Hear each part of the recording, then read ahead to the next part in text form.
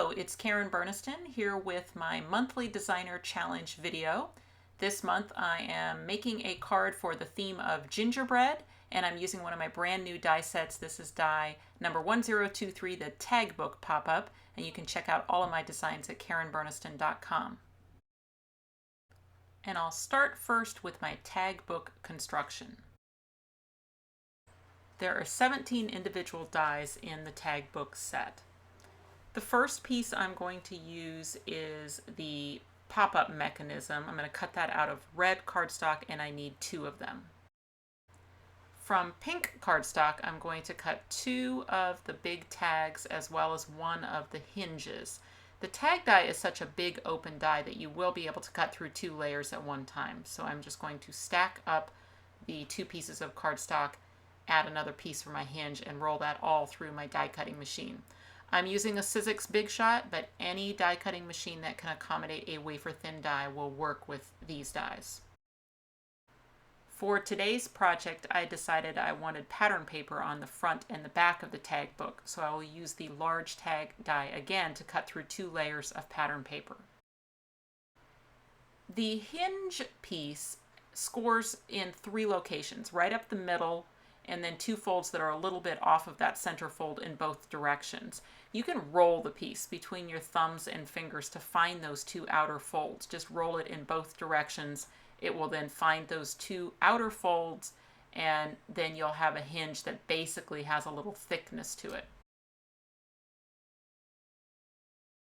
You can use a strong double-sided tape for this or glue. I'm using my fine tip bottle filled with LINECO neutral pH adhesive. We sell both of those items on our website. I'm centering the hinge on the tag, and I'm only putting the glue up to the outer fold lines. For the second tag, I'll actually place it face down on top of the first one, just making sure everything lines up perfectly in the closed position, and then fold the hinge over and onto the back of that tag. I could have chosen to attach this hinge to the inside of the cardstock, so it really doesn't matter whether it goes on the outside or the inside. Since I'm planning on adding another tag to the front and back of the book, then I went ahead and put the hinge on the outside, and then those pattern paper tags will cover it. For the pop-up mechanism, it's been scored right here in between the square and the tag, and that fold goes all the way across the whole piece. So you can fold that over and give it a pinch. Then there are 2 folds next to the tag, and you wouldn't want to fold all the way across the piece. In other words, not through the tag, just the area around the tag, and give those a pinch, and then tuck the tag back in front again. Next, I want to reverse the folds on the arms. So the fold that's in the center there, I want to pop it so that it comes forward, pinch it, travel down to where the valley folds are next to the tag, and that's really what's going to bring everything forward. So if I just pinch that valley fold and let that tag travel forward, then I'll be able to easily collapse down the rest of the piece until it folds flat. So this is how it will collapse flat, and then when the card is opened, it will come up like this. There is a tab next to the square, and that can be folded down towards the back.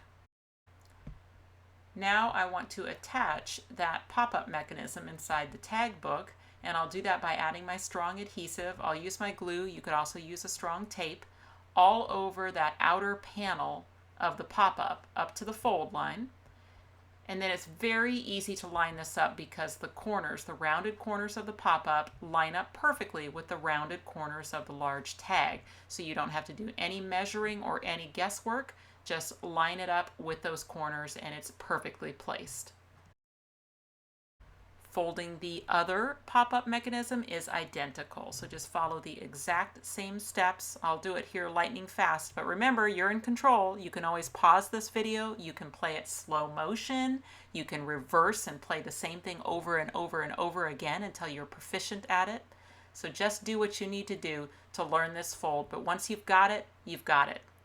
Just like with the first side, the adhesive goes on that flat area of the pop-up. The corners line up with the tag just perfectly.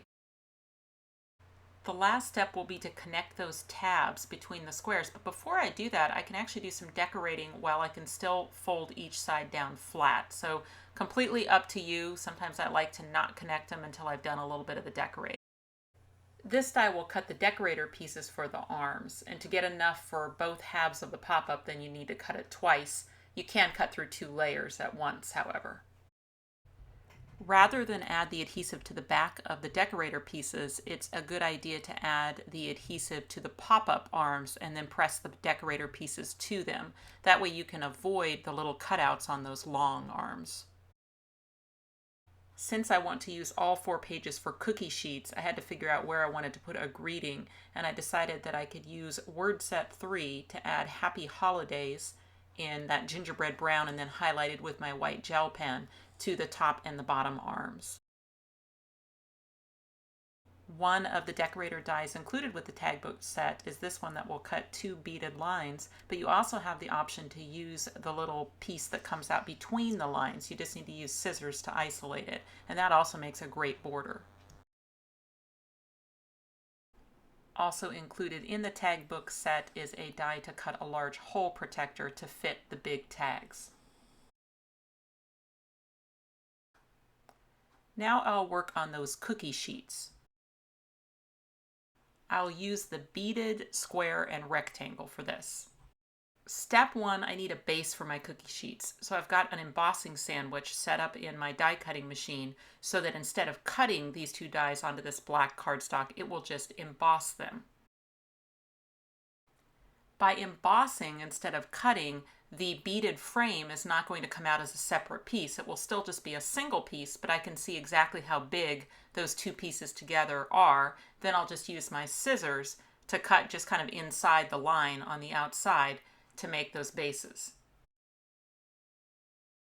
I've added strips of double-sided tape to the back of some shiny silver mirror board, and I will use that to die cut my cookie sheets using those same 2 dies. Now this time, since I'm die cutting, it is going to cut into 2 pieces on each one. The frame will separate from the inner part, but by having that tape on the back of the mirror board, what I find is that if I'm careful, I can remove the strips of tape and keep the 2 pieces together while I add them to one of my little black bases. Then I'll cut those shapes again, and this time use just the outer frame to add the lip around the outside of the cookie sheet. I'll repeat that process to make 2 squares and 2 rectangles. I would like my cookie sheets to look like they didn't just come from the store, but that I've actually been cooking on them for years. And to do that, I'll add some black distress paint in a sponge dauber all over the cookie sheet, and then I'll immediately wipe away all the black paint using a paper towel. And depending on how much I remove will kind of change how much aging and distressing that you give to the sheet. I still wanted it to look like a cookie sheet, so I took most of the paint off.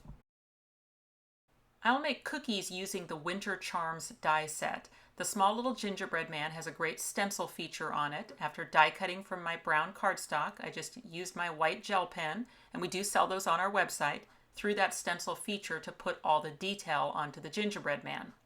Then since I have double-sided adhesive tape on the back of the cardstock, it's easy to just stack those up too high to give it the thickness of a cookie. Now since I am making this into a cookie and not a charm, I don't need the little hang hole at the top, and I can cut that off using my scissors. And then to give them that just out of the oven look, I'll add a little brown ink around the edges. The small tree charm from that same set also makes great cookies.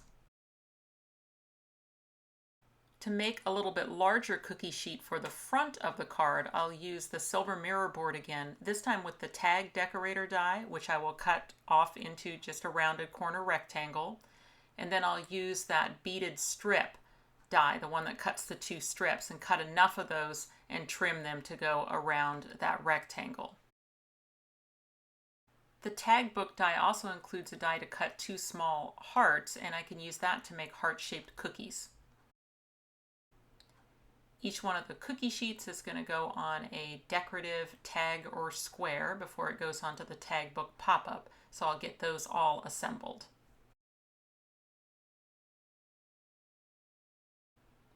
When I add those tags to the tag book pop-up, I can just line up the holes, and that will give me the perfect placement with a little shadow of red all the way around. Just center the little squares on there. I can do this one half and then the other. Since I haven't attached my tag book together yet, I can still lay it flat to be able to give things a good press. Finishing up the pop-up assembly is just a matter of adding a strong glue or tape to the two inside tabs, and then they'll just sit next to each other attached to the square on the other side. So notice that you're not attaching the tabs to each other, you're attaching a tab to the opposite square. Once the center tabs are attached, then the tag book will be working and you'll be able to collapse it down. When it opens up, everything pops up. For the front of my card, I'll decorate up the extra pattern paper tag that I cut earlier using some of those beaded strips, pattern paper, the large cookie sheet with the larger winter charm. And then there are those stringable banners in the tag book set, so I'll add those on pop dots. And then I can just attach my finished card front to the front of the tag book, just making sure everything lines up really well. And then I'll add ribbon and twine through all of the tags. Now, my tag book ended up pretty thick because of all the layers I needed to make the cookie sheets and the cookies. What I decided to do for a place to sign the card is just to add a tag to the back.